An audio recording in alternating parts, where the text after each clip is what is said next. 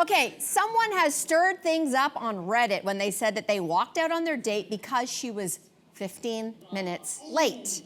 A little note, no reason, no text given, just 15 minutes late. So, Cardi, is the guy wrong for just deciding I'm out of here?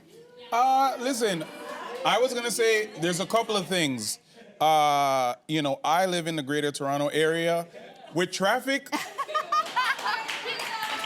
we gotta extend it a little bit. What's the grace period? We're not What's the saying grace she period? can't be late. We're saying there's no correspondence. We're not saying you can't be That's the late. caveat. Here's the thing. I need to be able to, first of all, if I'm there at 7:30 and the person is not there at 7:30 and I didn't hear from the person at 7:30, I'm maybe making 5 minutes past to where I'm like, hey, where are you at? Like, what's happening? Is everything okay? If I don't hear anything, by 7:45, I'm out. So I have to have, the thing is, especially if it's a first date and you're like communicating poorly from the first date, that's like several red flags at the same time. Like, I'm out. Oh, Cardi. See, if this was a deal breaker for me, I wouldn't have met my husband. He was 15 minutes late on the first date, and I didn't care because I wanted to be met with this. Like, if I was 15 minutes late, and we're at a Raptors game downtown Toronto, I would want him to meet me with some grace. So I'm okay with it. And then he later told me that the reason he was late is because he was going to be early and realized on the way there he was wearing the same shirt that I first met him in. And so he was embarrassed and wanted to change. That's nice. Like, if we're so worried about perfection when we meet someone, we're never gonna meet someone. He didn't say anything? It was 15 years ago. I don't totally remember. Oh, okay.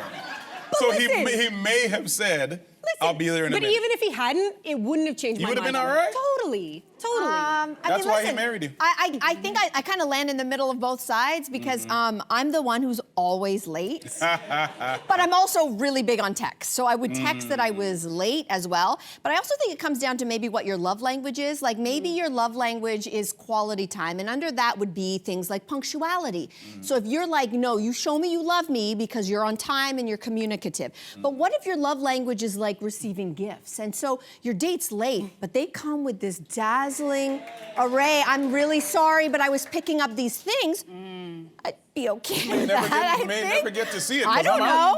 I don't know. Thank you. Right? You may never get to see those gifts. I'm with you, Cardi, because I think I would leave, and I think this guy was right to leave because we all know, especially if we made this date on this little technology we all have, the same one you can use to let me know you're going to be late. Because at 8:20, you knew you were going to be late. At 8:25, you knew you were going to be late. And the fact that you don't have the respect to let me know that, as you know that I'm sitting in a restaurant waiting for you, is a deal breaker for me. And I also feel like me sitting there, staying there, and waiting for you without any correspondence, I'm teaching you how to treat me, which is you can do whatever you want, you can saunter in whenever you want because I'll be sitting there and I'll be waiting, and I am not that girl. The man that I want is 10 minutes early and he has flowers and we don't have this discussion. I am reasonable. I know there's traffic. I know people can be late. I know you want to change your shirt, but you correspond with me, baby. I'm not mind reading and I'm not sitting around waiting for you, especially a first date. Because I know a year from now, this is going to be the thing that we're fighting about. I'm waiting for you again. Why didn't you call me?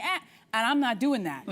I'm not doing it. I don't know, but listen, we had this discussion around the office, the most divisive conversation we've ever had. Never mind this American Pope. Everybody's up in arms about waiting for 15 minutes without any correspondence. Trust me on this one. Need to have the communication. Yeah. It's a must. It's a must. I'll tell you what else is a must. Watching as Canada's Got Talent starts to wrap up for another season. It will be wrapping its season next week, which is May 13th. Tuesday. And Tuesday, May 13th. Contestants, in case you didn't know, they are competing for $1 million prize. Wow. So, Cardi, what are you most excited about for this year's finale? This is huge. Yeah, I mean, listen, I'll tell you this. My golden buzzer actually made it into the finales. So shout out to Carson Birmingham, originally from the small island of Dominica. Oh, we love that. That's right. Yes, Dominica. So, you know what I'm saying? Like, he absolutely obliterated his audition. Like, he was so incredible. People were crying. And I want to see him